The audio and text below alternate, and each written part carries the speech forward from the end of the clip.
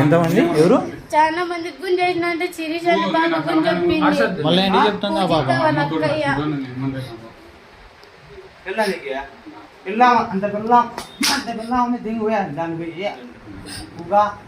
మా అన్నయ్య చెప్తాంటే మళ్ళీ ముక్కినాడు వస్తామని పోలీసు వాళ్ళని పిలుచుకొస్తాలన్నా మా అన్నయ్య పనికి పోయినాడు. సాయంత్రం రెడీగా ఉండని వచ్చిన మళ్ళీ రెండో క్లాస్ అని అడిగితే మళ్ళీ డబ్బులు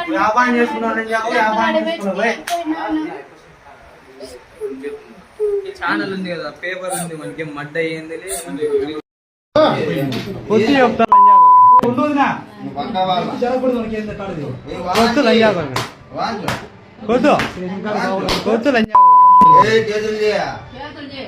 పైకి